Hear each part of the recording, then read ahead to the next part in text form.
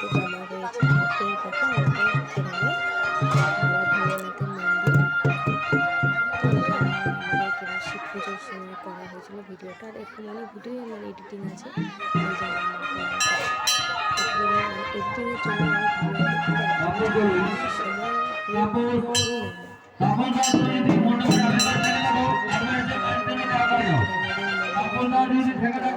একদমই সময় হয়ে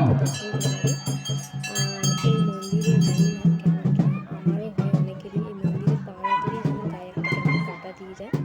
এই যে বেল গাছটা দেখতে পাচ্ছ, এই বেল গাছটায় কিন্তু একটা পাতায় 5টা করে কাটা থাকে, 5টা 7টা। মাথায়ও কাটা, মানে কিরকম একটা কাটা দেয় জানি, অনেকেই বলেছে এটা, তো জানি না।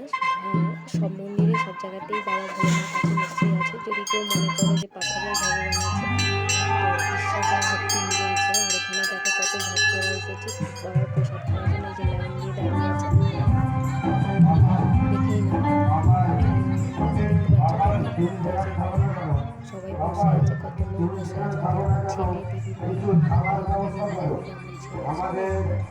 খুবই ভালো লাগে আমার। আর এই পুজোটা বহু প্রাচীনকাল আগে হতো, তারপর বন্ধ হয়ে গেছে। যেমন এখানে যে আদিবাসীরা তারা এই পুজোটাকে করতো।